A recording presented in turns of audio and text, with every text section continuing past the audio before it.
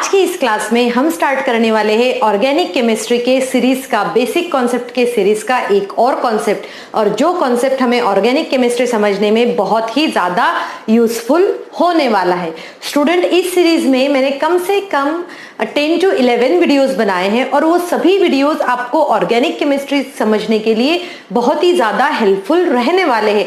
So I hope आप सभी ने वो वीडियोस देखे हुए हैं और आप ऑर्गेनिक केमिस्ट्री के जितना भी आपका फियर है उन सभी को आप मिटा चुके हैं। तो चलो, आज की क्लास में जो हम स्टार्ट करने वाले हैं वो है common names of organic compound. अब हम यहाँ पर देखते हैं कि common names of organic compound क्या होता है। Common names of organic compound, organic compounds, तो जितने भी हमारे ऑर्गेनिक कंपाउंड्स है उन सबका कॉमन नेम्स हम किस तरीके से बता सकते हैं, उसे कहा जाता है organic common names of organic compounds. So student, आपको सभी को पता है कि हमने आईयूपैक नोमेनक्लेचर सीख चुके हैं। आईयूपैक नोमेनक्लेचर मींस क्या हुआ? आईयूपैक नोमेनक्लेचर मींस क्या हुआ कि भाई आईयूपैक का मीनिंग ही क्या होता है। चलो देखते हैं, इसका मीनिंग नहीं, इसका फुल फॉर्म देते हैं IUPAC. IUPAC means what? International union of pure and applied chemistry, सबको ही पता है। तो ये एक ऑर्गेनाइजेशन है, इंटरनेशनली वर्ल्ड वाइड ऑर्गेनाइजेशन है, और इस वर्ल्ड वाइड ऑर्गेनाइजेशन ने क्या डिसाइड किया है कि कार्बन के कंपाउंड्स का नामकरण कैसे करना है। ठीक है, जैसे अगर हमारे घर में एक छोटा सा बेबी रहता है, सब लोग अपने अपने मन से उसके नाम रखते हैं, बट एक जो बर्थ सर्टिफिकेट पे होना चाहिए वो हमारा नेम प्रॉपरली चलता है, वही नेम हमारे आधार कार्ड पे रहेगा, वही नेम हमारे आईडी कार्ड पे रहेगा, वही नेम हमारे लाइसेंस पे भी रहेगा, तो वो हमारा ऑफिशियली असाइंड नेम रहता है। तो जितने भी ऑर्गेनिक कंपाउंड्स है उनके ऑफिशियली असाइंड नेम जो रहते हैं उसे कहा जाता है आईयूपैक नेम्स। अब देखते हैं हम कॉमन नेम्स। हम फिर से उसी बच्चे की बात करते हैं जिसकी अभी हम आईयूपैक नेम की बात कर रहे थे। ठीक है, सो उसी बच्चों के हमने देखा हुआ है कि घर पे हमारे ताऊ जी किसी और नाम से बुलाते हैं, हमारी मम्मा कुछ और नाम से बुलाती है, पापा कुछ और नाम से बुलाते हैं, छोटे छोटे बहन या फिर बड़े भाई, सब लोग अपने अपने अलग अलग नाम से बुलाते हैं। तो ये क्या हुआ, हमने कहा उसको कॉमन नेम्स, बट यहाँ पर इतने सारे लोग अलग अलग नाम से नहीं बुलाते। यहाँ पर क्या होता है कि कुछ ऑर्गेनिक कंपाउंड ऐसे होते हैं जिनके हम क्या करते हैं, कॉमन नेम्स। अब देखते हैं हम कि कॉमन नेम्स हम किस तरीके से लिखे जाते हैं। ये कॉमन नेम्स समझने के लिए पहले तो हमें ये 4 वर्ड्स का मीनिंग समझना बहुत ज्यादा जरूरी है। कौन कौन से वो 4 वर्ड्स, चलो देखते हैं अभी हम यहाँ पर। सो फर्स्ट में जो कहूंगी एन, ध्यान रखो, अपने नोट्स बनाओ और इस चीज को समझो ध्यान से। देखो एन हम कब यूज करते हैं? एन हम यूज करते हैं जब भी कोई स्ट्रेट चेन हो। क्या हो? जब भी कोई स्ट्रेट चेन है, या फिर नॉट ब्रांचिंग, अगर कहीं पर भी ब्रांच चेन नहीं है तो उसे कहा जाता है एन। वेरी इजी, कोई डाउट नहीं इसमें। देखो कैसे करते हैं हम। हमारे पास में एक ये चेन है, जैसे CH3 CH2 CH2 CH3। ठीक है, अब देखो इस चेन में एक स्ट्रेट चेन है, कहीं पर भी ब्रांचेस नहीं है। अगर इसी केस में मैं अगर ये ऐसी भी चेन लूं, ये देखो यहाँ पर भी, सो केमिस्ट्री में स्ट्रेट चेन का मीनिंग ये नहीं होता है कि सीधी लाइन, नहीं। केमिस्ट्री में हम ये कहते हैं स्ट्रेट चेन का मीनिंग होता है जहां पर कोई भी ब्रांचिंग नहीं हो। तो अब देख सकते हैं हम इन दोनों कंपाउंड्स में कहीं पर भी कोई ब्रांचिंग नहीं है, और जब भी कोई ब्रांच नहीं रहती है तब हम उसको क्या यूज करेंगे, वर्ड एन। इसके आगे भी जो रहेगा वो क्या रहेगा, वर्ड एन। ठीक है, अब हम बात कर रहे हैं सबसे पहले एल्केन की। किसकी बात कर रहे हैं? एल्केन। एल्केन सबको पता है, जनरल फॉर्मूला होता है एल्केन का CnH2n+2। ठीक है, और एल्केन में हमने बेसिक कॉन्सेप्ट में ये भी पढ़ा है कि अगर कोई एक कार्बन वाला कंपाउंड होगा तो हम उसको मिथ से प्रोनाउंस करते हैं, अगर 2 कार्बन हो तो हम उसको इथ कहते हैं, 3 कार्बन हमें तो उसको प्रोप कहते हैं। इसी तरीके से but, pent, hex, hept, oct, non और डेक या फिर डेका हम यूज करते हैं। तो यहाँ पर देखो, अभी हम सबसे पहले काउंट करेंगे कार्बन एटम। 1 2 3 4। आपने 4 कार्बन एटम लिए, उनको काउंट किया तो 4 कार्बन एटम है। इट मीन्स इसका नाम क्या होगा, एन ब्यूटेन। बहुत ही सिंपल है, एन ब्यूटेन। अब ब्यूटेन, एन का मतलब समझ में आ गया कि भाई सबके सब सिंगल बॉन्ड्स है। ठीक है, और एन का मीनिंग हुआ कि वो क्या है, एक स्ट्रेट चेन है। यहां पर भी देखो 1 2 3 4 5, इसीलिए इसका नेम होगा एन पेंटेन। सो स्टूडेंट, आप जब भी देखोगे कि n वो अगर किसी नेम के आगे अगर स्मॉल n लगा हुआ है, इसका मतलब हुआ कि वहां पर क्या है, एक स्ट्रेट चेन है। ठीक है, कोई भी ब्रांचिंग नहीं है। चलो अब हम स्टडी करते हैं कोई और एग्जांपल्स लेके। ये तो क्या था, एल्केन था। अब हम कोई अल्कोहल का एग्जांपल लेते हैं। अल्कोहल में, अब अल्कोहल का जब नेम होता है तो अल्कोहल को हम कैसे नॉमेनक्लेचर में हम कैसे लिखते हैं, ऐसे लिखते हैं एल्काइल अल्कोहल। हम उसको क्या कहते हैं, एल्काइल अल्कोहल। देखो ये याद रखना है आपको, इसको हम कहने वाले हैं एल्काइल अल्कोहल। जैसे for example CH3 CH2 CH2OH। ठीक है, CH3 CH2 CH2OH। अब इसमें देखो कार्बन एटम्स काउंट करो। कार्बन एटम्स हम यहां से काउंट करते हैं 1 2 3। 3 कार्बन एटम वाला कार्बन होता है प्रोपेन। प्रोपेन मीन्स किसके जैसा हुआ, एल्केन जैसे हुआ। पर इन्होंने क्या कहा, एल्काइल, तो ये इसका नेम चेंज होकर क्या हो जाएगा, प्रोपाइल। क्या हो जाएगा वो, प्रोपाइल। सो हम इसका नेम लिख लेंगे। यहां पर स्ट्रेट चेन है इसीलिए N propyl straight chain, N propyl, alkyl की जगह प्रोपाइल आ जाएगा। और फिर क्या होगा, N प्रोपाइल अल्कोहल। ठीक है, आ रहा है समझ में। देखो अब हम एक अल्डिहाइड का भी लेते हैं, है ना। अल्डिहाइड का लेते हैं, कीटोन का लेते हैं, या फिर हम किसी भी ऑर्गेनिक कंपाउंड की बात करते हैं, वो तो हम इंडिविजुअली जब चैप्टर्स पढ़ेंगे तब उसका तो हम नॉमेनक्लेचर स्टडी करने ही वाले हैं। तो यहाँ पर हमें स्पेसिफिकली याद रखना है कि जब भी हम एल्केन की बात करें तो इस तरीके से यूज करते हैं और उसमें N लगा होगा अगर वो कॉमन नेम है तो। अब आते हैं हमारे सेकेंड सिचुएशन की तरफ, जो कॉमन नेम्स में बहुत ही कॉमन होता है, और वो है N के बाद में अब आता है branching at second position. Students इसको ध्यान से समझो, बहुत सारे बच्चों को हमेशा ही इसमें डाउट रहता है। Branching at second position, branching at second position. देखो ध्यान से समझो, branching at second position means what. Branching means होता है कि अगर हमारे सेकेंड पोजीशन पे ब्रांच हो, ठीक है, ब्रांचों में मींस क्या होगा, वहां पर एक अलग से साइड चेन निकलेगी। अब जब सेकेंड पोजीशन पे ब्रांचिंग होती है तो 2 सिचुएशन क्रिएट होती है। कौन कौन सी सिचुएशन है, एक तो है आइसो और दूसरी होती है सेक। And very interesting is that आज भी बहुत सारे, इवन काफी सारे टीचर्स को भी, I don't want to say that, but बहुत सारे लोगों को आज भी इसका आइसो और सेक का डिफरेंस नहीं पता है।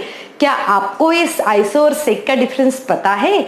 क्या आप इसको भी सॉल्व कर सकते हैं अच्छे से? चलो देखते हैं। अब हमने कहा कि ब्रांचिंग एट सेकेंड पोजीशन, कभी भी जब सेकेंड पोजीशन पे ब्रांचिंग होती है, जैसे CH3CH, यहां पर OH आ गया, देन CH2CH3। ठीक है, अब मैं दूसरा एग्जाम्पल लेती हूं, CH3CH, यहां पर CH3 आ गया, CH2OH। अब देखो ये 2 एग्जाम्पल्स है मेरे पास में, और इन दोनों एग्जाम्पल पे आप ध्यान से अगर देखोगे तो सेकेंड पोजीशन पे ब्रांचिंग है। जैसे 1 2 3 4, देखो सेकेंड पोजीशन पे ब्रांचिंग है। यहां पर भी देखो 1 2 3, यहां पर भी क्या है, सेकेंड पोजीशन पे ब्रांचिंग है। ठीक है, जब भी सेकेंड पोजीशन पे ब्रांचिंग होती है, जैसे मैंने आपको बताया था कि या तो हम आइसो वर्ड यूज करेंगे या फिर हम वर्ड यूज करेंगे सेक। अगर मैंने आइसो वर्ड यूज किया तो मुझे आइसो वर्ड कब यूज करना है, देखो इस कॉन्सेप्ट को बहुत ही अच्छे से समझो। आइसो कब यूज होता है कि जब भी कार्बन में, देखो जब भी कार्बन में अगर 2 वैलेंसी CH3 से अटैच्ड हो, किससे अटैच्ड हो, CH3। अगर किसी भी कार्बन की 2 वैलेंसीज CH3 अटैच्ड हो, CH3 ने ली हो, तो उसे कहा जाता है आइसो। और सेक किसे कहते हैं हम, सेक हम उसे कहते हैं जहां पर क्या होता है, सिर्फ एक आउट ऑफ दिस 4 वैलेंसीज, अगर कार्बन के 4 वैलेंसीज में से सिर्फ एक ही वैलेंसी किसने अटैच की रहती है, CH3 ने। आ रहा है बच्चों समझ में? देखो ये एक बहुत ही इंपॉर्टेंट कॉन्सेप्ट है, आप सभी को याद रखना है इसको, और बहुत सारे बच्चे बहुत बार मिस्टेक करते हैं। तो क्या है ये, अगर 2 CH3 हो, 4 वैलेंसी में से 2 CH3 हो तो वो हो गया है आइसो। अगर सेक कब होता है? सेक तब होता है कि अगर कार्बन की अगर 4 वैलेंसीज में से अगर एक वैलेंसी किसने ली हो, CH3 में। अभी चेक करते हैं। अभी यहाँ पर आप देख सकते हो ये भी सेकंड पोजीशन पे है, ये भी सेकंड पोजीशन पे है। यहाँ पर देखो इस कार्बन के पास एक OH है, एक H है। देखो मैं इसको थोड़ा सा सेग्रीगेट करके यहाँ लिखती हूँ। देखो ये OH है, यहाँ पर ये CH3 है, ये H है और यहाँ पर फिर CH2 अटैच है। अब देखो जैसे अब हम कंडीशंस को करके देखते हैं यहाँ पर, और इसको भी मैं थोड़ा सा जूम करने जैसा लिख कर देखती हूँ। CH3 यहाँ पर CH3 आ गया है, ये CH है और ये हुआ CH2। ठीक है, अब देखो यहाँ पर ध्यान से, इस वाले कार्बन के पास सिर्फ एक CH3 अटैच्ड है। देखो एक CH3 अटैच्ड है इस कार्बन के पास, इसीलिए इसके सामने आएगा सेक। बहुत इजी कॉन्सेप्ट है। इस CH3 किसके साथ में एक CH3 जो है बहुत ही सेक क्या है उसका, बहुत सेक हमने क्यों यूज किया, क्योंकि चारों में से सिर्फ एक जो है वो क्या हो रहा है एज अ CH3 और इसीलिए ये सेक हुआ। यहाँ पर देखो ये एक है, ये एक है, 2 CH3 है, इसीलिए इसका नाम हो जाएगा आइसो। आ रहा है समझ में? देखो एक बार फिर से समझा रही हूँ, अगर नहीं समझ में आया है तो आप वीडियो को पॉज कर लीजिए, स्क्रीन पे देखिए क्या लिखा हुआ है, फिर समझने की कोशिश कीजिए। सो हमने क्या कहा कि यहाँ पर CH3 है, सो यहाँ पर 2 CH3 है, इसीलिए आइसो कंडीशन है। यहाँ पर एक CH3 है, इसीलिए इसका क्या है, सेक कंडीशन है। ठीक है, क्लियर हुआ? अब मैं इनके नेम्स लिखकर बताती हूँ आपको कि किस तरीके से नेम लिखा जाता है। सबसे पहले तो हमें ये पता होना चाहिए कि आइसो और सेक क्या होता है, और उसके बाद में हम ये देखेंगे कि उसका नोमेनक्लेचर कैसे किया जाता है। अब ये क्या है, सेक है।